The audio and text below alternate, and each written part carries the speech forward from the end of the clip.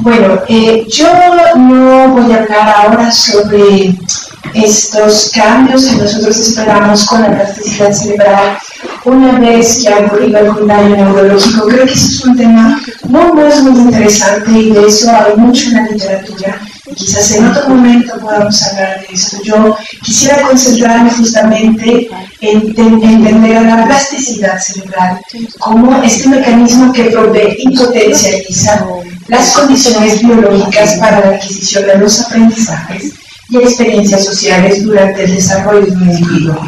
Ya la doctora Reynoso nos hablaba de durante todo el periodo de vida de una persona, que en suma configuran la microarquitectura cerebral y en consecuencia el desarrollo de las funciones, capacidades y habilidades comportamentales, cognitivas o psicológicas superiores propias y únicas en cada persona.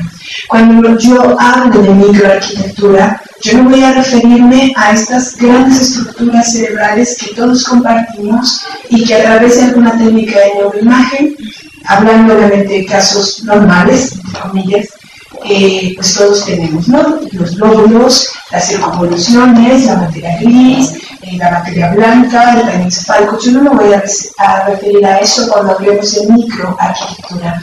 Yo me voy a referir a esta arquitectura que está conformada por las distintas redes neuronales.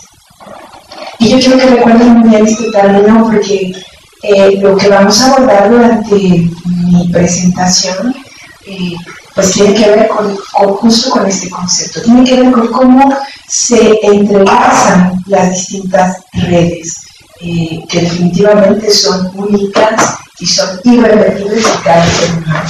Entonces esto es lo que voy a hablar. Bueno, para mí, mucho de lo que ahora han compartido tanto la doctora Reynoso como Dani, lo que ellos han apuntado, para mí, lo biológico y lo social definitivamente están entrelazados.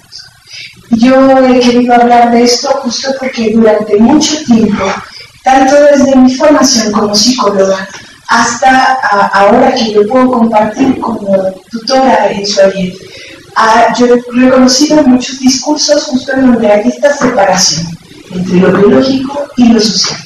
Como no sé, por un lado están todas las manifestaciones, teorías y discursos biológicos y por otro lado todo lo social. Para mí esto no es así y eso es lo que yo quiero compartirles el día de hoy. La siguiente, por favor. Ahora, ¿desde dónde yo les hablo? Bueno, como bien decía Dani, yo les hablo desde lo que veo. Y yo le diría a Albert Einstein, esta frase es de Albert. Él decía, cada uno ve lo que sabe. Yo le diría a Einstein, bueno, yo en lugar de ver, yo diría mirar. Yo miro desde lo que sé, ¿no? Y desde lo que sé no solamente es mi discurso formativo académico, sino mi discurso de vida. Y desde ahí es donde yo intento compartirles esto. La siguiente. Bien, de manera muy general vamos a continuar pues viendo los distintos conceptos sobre plasticidad. El concepto que yo les traigo es un concepto muy a grosso modo y es la capacidad del cerebro para modificarse durante todo el desarrollo del individuo debido a la influencia del entorno y a la experiencia, la cual involucra cambios neuroanatómicos, esto lo hemos estado escuchando, pero agregamos también neuroquímicos y por lo tanto funcionales. En ese sentido, la plasticidad cerebral va a permitir la adaptación de un individuo al contexto en el que se encuentre y a su vez esta estimulación, tanto externa como interna, va a promover la plasticidad cerebral. La siguiente, por favor. Podemos ponerla como está en pantalla para que no se me corten las siguientes, por favor.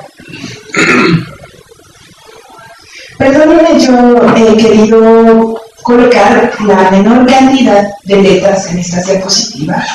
Sin embargo, debo decirles, y por eso ahora me estoy recordando que puse a Einstein ahí, porque esto que ahora yo les voy a leer de las diapositivas es algo que yo escribí como con mero, obviamente retomando a los autores que he leído sobre plasticidad y la manera en la que yo he ido integrando estos conceptos. Muchas de las ideas que van a aparecer aquí las he escrito. Y entonces a las 3 de la mañana yo estaba haciendo las diapositivas, entonces dije, o pones dibujitos o pones tal cual como en algún momento lo escribiste, porque cuando yo escribo algunas de estas ideas, pues me tardé mucho en tratar de colocar las palabras. Para mí las palabras son importantes y por eso me tardo a veces mucho en colocar las palabras que intentan decir lo que mi mente está pensando, ¿no? A partir obviamente de la lectura, porque bueno, yo no estoy diciendo nada nuevo, nada de lo que estoy comentando ahora y que seguiré comentando en los próximos minutos es algo nuevo, nada de esto, pero sí es como mi forma de apropiarme y de poder compartir. Entonces, bueno, hay algunas características esenciales de las que ya han hablado y que yo vuelvo a hablar porque esto es muy, muy importante que lo entendamos, sobre todo para dejar de entender esta separación entre lo social y lo biológico, desde mi punto de vista, claro está. Bueno, estas características son: su acción no se restringe a un daño cerebral, esto es muy importante, está presente durante el desarrollo de cualquier individuo, y el desarrollo, obviamente, de sus capacidades cognitivas, de sus capacidades afectivas, de sus capacidades de interacción social. Todo el tiempo está presente. Y lo segundo es que no es un mecanismo biológico aislado de la estimulación y de la experiencia social. Y ahorita voy a ser más contundente con esto. No es un mecanismo biológico aislado de ninguna forma. Desde 1890, pues ya William James se atrevía a dar de estos primeros conceptos sobre plasticidad. Y a mí me encanta y dice así: el mecanismo que permite estar en posesión de una estructura lo suficientemente débil como para modificarse por una influencia, pero lo suficientemente fuerte para no hacerlo en su conjunto. Esto es el cerebro. El cerebro todo el tiempo está interactuando con el exterior y, sin embargo, al mismo tiempo que es fuerte para no olvidar, para no dejar a un lado, para no desechar muchos de estos aprendizajes que vamos adquiriendo a lo largo de nuestra vida, también es lo suficientemente débil para seguirse modificando a lo largo de la misma. La siguiente, por favor. Y bueno, un contemporáneo de James ya ha hablado ahorita de Santiago Ramón y Cajal. Santiago Ramón y Cajal pensaba, cuando William James comienza a hablar de todo esto, yo no sé si Santiago Ramón y Cajal lo leyó o no, pero lo cierto es que más o menos por la misma época, Santiago Ramón y Cajal, a través de todas las investigaciones y todo lo que observa a través del análisis anatómico a nivel micro, en su microscopio sobre el sistema nervioso, pues se da cuenta de que algo debe de soportar, que debe de haber un soporte en el neuroanatómico de todo lo que nosotros aprendemos y vamos registrando a lo largo de nuestra vida. Y efectivamente, posteriormente lo puede corroborar. Y por ello decía que la plasticidad sináptica es la que posibilita la modificación del tipo, forma, número y función de la sinapsis y por ende de los circuitos neuronales. Por lo tanto, la plasticidad sináptica puede entenderse como una unidad funcional dinámica que implica a nuestras neuronas, sí, pero también a las células gliales, en las que ustedes seguramente ya han escuchado hablar, a factores neurotróficos, que son moléculas señalizadoras que permiten el crecimiento y el mantenimiento de cierto tipo de células a lo largo de la existencia de no solo de las células, sino del individuo que forma parte de esa célula, a eventos intracelulares dirigidos por factores genéticos. Aún está todo lo genético, que no lo vamos a desechar, pero también debemos de considerar que aún lo genético cambia por la modificación del ambiente y se expresa de acuerdo a lo que el ambiente está propiciando. Si no tuviéramos tanto cáncer, por ejemplo, en el niño, ¿no? Es posible que haya muchos genes en nuestro cuerpo que nos predispongan a tenerlo, pero ciertos alimentos, ciertas condiciones emocionales, ciertas condiciones, incluso decía hace un rato uno de los doctores, lo que comemos puede predisponer a que esos genes se expresen o no se expresen, ¿cierto? Entonces, hasta eso se está modificando constantemente por la acción externa. La siguiente, por favor. Y bueno, para el año 1949 les estoy hablando de conceptos básicos de plasticidad y me estoy refiriendo a ellos justo para continuar con la idea que yo les traigo ahora. Así que si ven estos datos que, insisto, se siguen repitiendo, pero además que son antiguos, pues es justo porque de ahí partimos para poder expresar lo que ahora nosotros entendemos y la relación que intentamos mostrar durante nuestras presentaciones en este espacio. Así que, bueno, continúo. En 1949, Donald Hebb habla de un concepto mucho más fino que de plasticidad cerebral en general. Y este concepto es de la plasticidad asociativa. Y Hebb decía que la plasticidad asociativa es el mecanismo por el que la coincidencia de la actividad pre- y postsináptica podría modificar las conexiones en determinadas estructuras del cerebro. Los estudios experimentales de este hombre le permitieron entender que la representación de un suceso u objeto podía, justamente como lo dice esta palabra, representarse, está representado en la agrupación de células y que esta agrupación de células, en tanto la manifestación de este suceso u objeto se presentaba sobre ellas, entonces iban a consolidarse y por lo tanto esto iba a dar lugar a un proceso de autoorganización de la corteza. Ahora, cuando esta representación tenía, por ejemplo, un componente visual, entonces él se dio cuenta que la agrupación de células pertenecía a estructuras cerebrales que obviamente sostienen desde la codificación hasta la interpretación de estímulos visuales. Y si lo hicieran auditivos, entonces de lo auditivo. Y si eran gustativos, entonces de lo gustativo, etc. De manera que cuando, insisto, esta representación era lo suficientemente fuerte, la agrupación de células, cuando ya se había almacenado la información, bastaba con que un estímulo elicitara el trabajo de toda esta red neuronal para que entonces se activara. Y esto es uno de los principios importantes para entender, por ejemplo, cómo es que nosotros recordamos cierto tipo de eventos y cómo un recuerdo puede desencadenar 3.000 otros. La siguiente, por favor.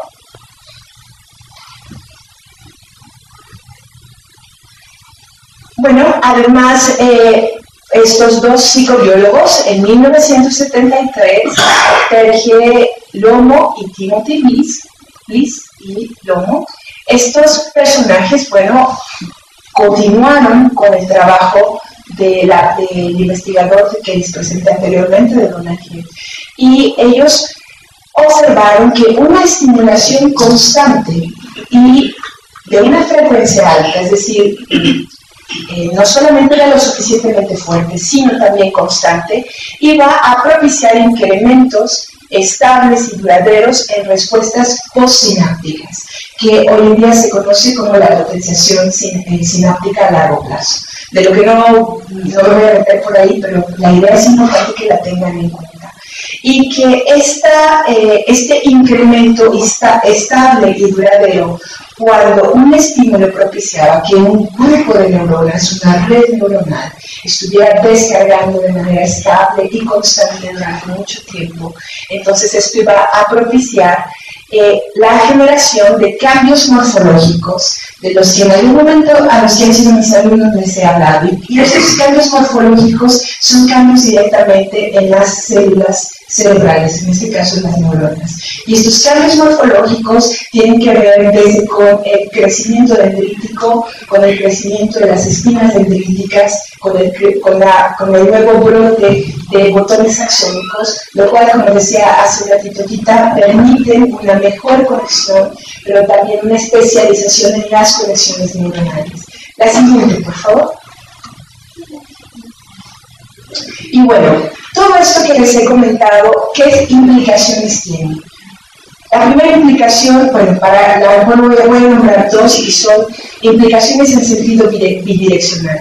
La primera es que los cambios de duración variable de los que hablaban hace ya más de 30 años estos psicobiólogos tienen su origen en la estimulación. Y yo diría externa e interna.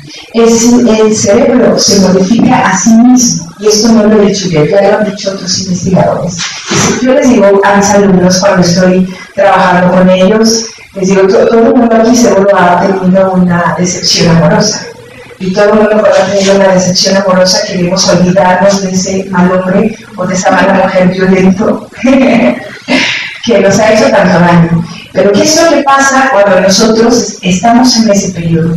Lo que uno hace es estar, no sé si ustedes les ha pasado, pero a mí sí. Cuando uno tiene una decepción o una pérdida de cualquier tipo, uno está en la mente duro y duro y duro con eso, ¿no? Y entonces uno se encuentra a la amiga y entonces le habla de eso. Y se encuentra a la comadre y le habla de eso. Y se encuentra a la mamá y le habla de eso. Y si no se encuentra a nadie con quien hablar, entonces podemos estar rumiando con el pensamiento días y semanas enteras. Resulta que esto, evidentemente, ¿qué es lo que está haciendo? Pues está consolidando la red, todas las redes neuronales que están sustentando todo ese recuerdo. Entonces, de esa manera, obviamente, está haciéndose más fuerte el recuerdo. La estimulación interna cambia también el sistema nervioso. ¿Qué es lo que yo le doy al sistema nervioso y qué es lo que yo estoy constantemente trabajando? Lo va modificando. Y eso es importante de entender. Y es importante de entender porque cuando, vamos más adelante lo voy a decir, cuando nosotros trabajamos con otra persona, las herramientas y los ingredientes con los que yo le doy o los que yo trabajo con esa persona para salir de algún tipo de problemática, va a modificar su cerebro, en tanto que además él continúa como en yo lo imagino como en un boomerang, constantemente pensando, reflexionando, analizando sobre la misma temática. Pero además, insistimos, se modifica a partir de la estimulación externa. ¿Cuál es estimulación externa? Toda estimulación externa, desde mi perspectiva. Ahora, la segunda implicación es que el aprendizaje siempre va a involucrar cambios plásticos a nivel funcional. Y esto ya visto desde lo biológico. Por eso es que yo les digo que no hay esta separación entre lo biológico y lo social. Ahora, estas dos implicaciones a su vez me permiten reflexionar que el cerebro, insisto, se modifica constantemente por la acción externa e interna. El aprendizaje podría ser el resultado de la modificación morfológica o de la fuerza con que se establecen las conexiones neuronales a causa de una resistencia de actividad, que era esto que yo les comento. Cuanto más yo elaboro sobre algún tema en mi mente, entonces yo fortalezco mis redes neuronales y fortalezco además mi esquema de pensamiento y mis esquemas de acción. Además, los cambios proveen de una modificación y creación de nuevas redes neuronales, configurando y reconfigurando la microarquitectura cerebral. Ya tiene tiempo, una vez un amigo me preguntaba, oye Gaby, ¿qué hay de esto? ¿Qué es cierto en que en algún momento alguien pueda reconstruir las redes neuronales de un ser humano por computadora? Y yo le contestaba y le decía mi perspectiva. Yo creo que a nivel, bueno, sé que los japoneses, por ejemplo, han logrado descifrar la conexión neuronal de 1 milímetro de tejido cerebral y lo han podido llevar a cabo a través lo han podido ejemplificar a través de un ordenador. Sin embargo, yo les decía, podrán en algún momento, desde mi perspectiva, descifrar cómo se unen, cómo se comunican las redes neuronales de procesos básicos, esto es de procesos sensoriales, de procesos motrices, pero creo que jamás se va a poder replicar de manera tecnológica una red neuronal, por ejemplo, de un proceso cognitivo o de un recuerdo. Y esto lo explico por la siguiente razón. Cada una de nuestras redes neuronales, y por eso hablo de la microarquitectura configurándose y reconfigurándose, tiene que ver con la experiencia socialmente compartida. En este momento yo estoy compartiendo con ustedes en un espacio, con una actividad completamente social. El significado que yo le doy a esto es completamente distinto del que cada uno de ustedes le da. Y en ese sentido, ese recuerdo si ha sido significativo, se guarda de una manera específica para mí. Y si se guarda de una manera específica para mí, entonces toma parte de una de mis redes neuronales. Y entonces, por lo tanto, cada una de las redes neuronales en un ser humano es distinta. Y es distinta por la acción del medio externo, de los ambientes, de los espacios completamente sociales. ¿Me estoy explicando? La siguiente, por favor. Bien. Por lo tanto, yo quisiera comentar esto. Mientras se provean las condiciones estimuladoras externas e internas o de experiencias de aprendizaje idóneas, va a existir la potenciación de la plasticidad. Obviamente, lo comento en los cerebros sanos, entre comillas.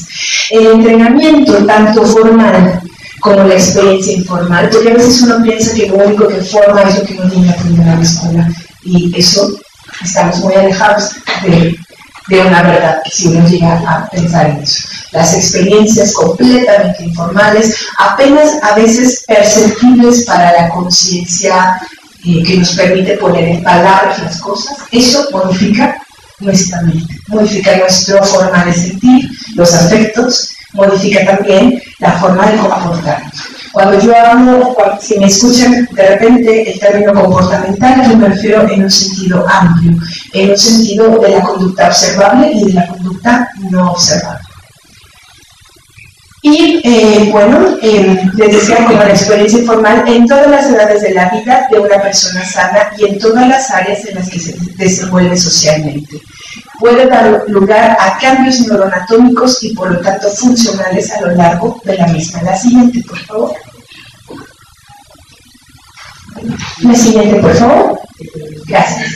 ¿Qué significado tiene esto? Bueno, desde mi perspectiva, el desarrollo de las funciones cognitivas y de todas las funciones no debemos pensar que está dirigido exclusiva y prioritariamente por lo biológico, sino por lo social. Y ya el ejemplo de los gatitos de los que hablaba Tita nos da una muestra de la deprivación social. Pero hay muchos casos que seguramente ustedes han leído, como el libro de Averon, que habla de la deprivación social y de cómo que nosotros tenemos esta maquinaria biológica, si no está presente el ambiente que potencialice la plasticidad, entonces, y por ende el desarrollo de la función, entonces la deprivación limita. Dos, las redes neuronales se diseñan y modifican a lo largo de la vida por las experiencias socialmente compartidas en los que la persona se inserta cuando resultan suficientemente significativas y constantes como para tener el poder de dirigir, modelar y especializar las conexiones y su funcionamiento. Y en esto yo comparto con Daniel. Comparto que yo puedo tener una historia de vida, pero si pensamos en que mis redes neuronales a partir de las experiencias pueden modificarse, entonces cualquier ser humano tiene la posibilidad de modificar muchos de los conceptos que tiene, de sus esquemas de pensamiento, de sus esquemas de acción, etcétera, etcétera. Así que yo miro a los mecanismos biológicos como los instrumentos que posibilitan la creación de una obertura conductual, cognitiva o emocional. Pero la estimulación externa, desde mi perspectiva, es el director de la orquesta que termina de indicarle a los instrumentos qué, cuándo, para qué y por dónde ir a la hora de configurar la obertura. Para mí son los perfectos cómplices. Yo puedo tener los instrumentos, pero si yo no tengo al estimulador social, al director de orquesta, muchos de mis instrumentos no van a saber qué hacer en qué momento. Exacto. Y muchos de ellos yo pienso que se pueden quedar parados, ¿no? Si yo no les sé decir al piano cuando empezar a tocar, y a la viola, y al violonchelo, no se pueden quedar ahí el resto de la vida, porque no hay nadie que les esté diciendo en este momento entras tú. La siguiente, por favor. Y no me gustaría pensar que estoy reduciendo todo esto que les comento, me gustaría que lo vieran en un sentido amplio. Insisto, lo que yo les estoy compartiendo ha sido la apropiación de lo que yo puedo aprender durante mi formación como psicóloga, pero también mi formación como neuropsicóloga. Así que me gustaría que lo vieran de la manera más amplia posible. Y continuando con los significados, la microarquitectura de nuestro cerebro no solo es única y propia, porque las experiencias aún socialmente compartidas tienen significados únicos para cada persona. Por eso yo comienzo con la frase, cada uno ve lo que sabe. Estas conexiones únicas e irrepetibles subyacen a nuestro comportamiento, a nuestras cogniciones y a nuestras emociones. Yo he colocado aquí la figura la fotografía, no, más bien es como una pintura, 5 minutos, de Beethoven. Hace unos días he platicado con uno de mis alumnos en el chat, salió el tema y entonces yo me quedé un poco apasionada, siempre me ha gustado la música, pero intenté ver como más cosas de Beethoven. Resulta que este hombre, sus biógrafos, hablan acerca, ustedes hablan de este temperamento tan fuerte que él tenía. Y los más estudiosos de su vida dicen que este temperamento lo llevaba incluso a la música. Decían que era sumamente enojón, sumamente arrebatado, y obviamente tenía una historia de vida en donde el padre, por ejemplo, quería un Mozart, y entonces como no ejecutaba como Mozart a los 5 años, le golpeaba cada vez que no le gustaba lo que ejecutaba en el piano.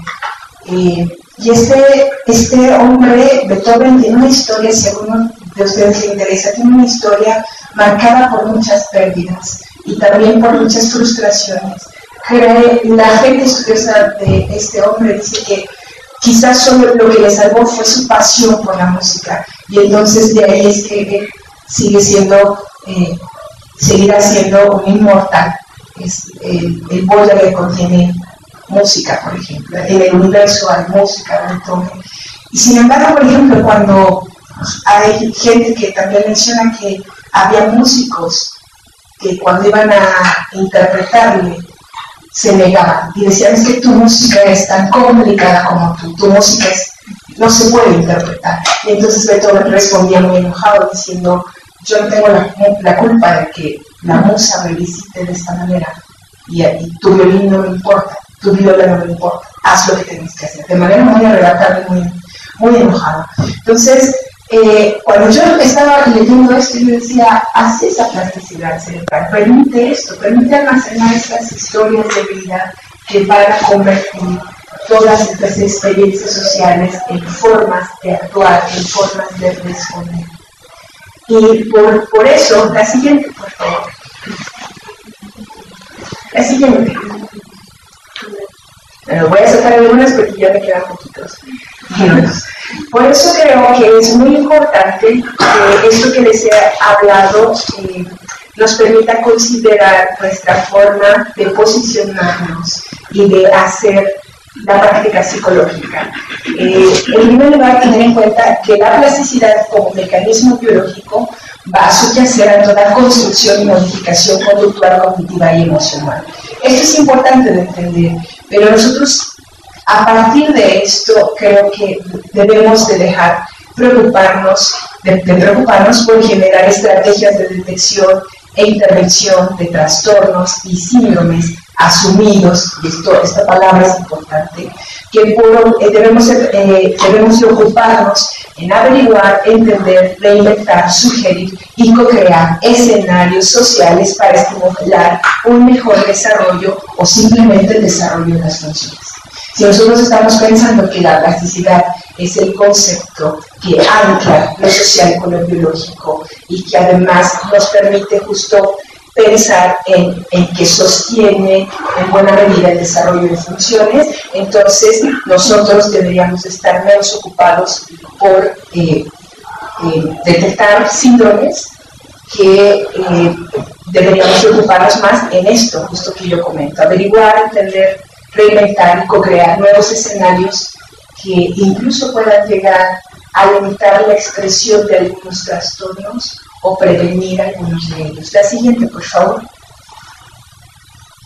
Y bueno, igual menciono las áreas, en qué áreas nosotros podríamos, más bien, no podríamos, hacemos intervención en muchos niveles, pero que pensando en la plasticidad cerebral, nosotros pudiéramos intervenir de una manera distinta. En ese sentido, yo creo que un psicólogo que tiene esta forma de pensar a lo biológico y lo social sin esta separación, lo primero que nosotros tendríamos que tener en cuenta es que nuestro objetivo es mucho más entender que enjuiciar. Yo siempre les digo a los alumnos con los que comparto, un diagnóstico a mí no me sirve de nada si yo no voy a hacer intervención con eso. Para mí es mucho mejor entender a la persona y a partir de ahí, entonces, ver qué es lo que yo como psicólogo o como neuropsicólogo o como aprendiz de psicólogo puedo ofrecerle en esta construcción pues de lo que busca, ¿no? De sus objetivos. Además, todo esto implica que el psicólogo tiene que ser un ser creativo. El otro día también platicaba con una alumna y entonces yo le decía, yo quiero aprender lenguaje de señas. Y entonces ella me decía, ¿cómo para qué quieres aprender el lenguaje de señas? Y yo le decía, pensando en la neuropsicología, yo decía, hay muchos básicos que aún tienen la posibilidad de mover sus brazos. Y si tienen la posibilidad de mover sus brazos, entonces podemos trabajar con el lenguaje de señas. Otro día otra alumna me decía, a un sordomudo y ciego, ¿cómo le hago? ¿Cómo rehabilito? Y yo le decía, mientras haya acceso a partir de una vía, en este caso la táctil, por ahí se puede entrar. Pero entonces esto requiere que nosotros seamos muy creativos a la hora de intervenir en cualquier caso, desde la clínica, desde las necesidades educativas especiales, desde cualquier área. Además, necesitamos ser más propositivos antes que reproductores. La mayoría de nosotros aquí, yo ahora estoy reproduciendo cosas, estoy intentando darles mi interpretación y mi apropiación de las ideas, pero no dejo de ser reproductora de lo que ya otros han dicho. Creo que uno debe de empezar a ser más propositivo y menos reproductor. No porque uno olvide estas teorías y lo que nos sostiene, no, sino que a partir de eso uno pueda construir otras cosas. Si uno lo hace, la plasticidad cerebral estará a todo lo que va en el cerebro de esa persona. Lo siguiente es, uno creo que uno debe estar en constante formación personal. No me refiero únicamente a lo académico. Cuando yo escucho a Daniel, por ejemplo, yo digo, quiero saber más de eso. Yo estoy inmiscuida en el discurso biológico, pero eso no me exime de poder escucharla a él y de enriquecer mi experiencia. Y creo que cuando uno tiene la posibilidad de, no solamente cuando uno atiende a una persona, no solamente uno le tiene que dar las teorías psicológicas o las técnicas, uno necesita también embullirse un poco de arte y de literatura y de todo lo que socialmente uno tiene, porque mucho de eso en algún momento se puede poner en práctica. ¿Para qué? Para cambiar, modificar el pensamiento, la forma de sentir en algunos casos, el comportamiento y con ello la microarquitectura cerebral. Por eso creo que el cerebro, su constitución es biológico, pero finalmente lo que termina de formarlo, esta microarquitectura es completamente heredada de lo social. Muchas gracias.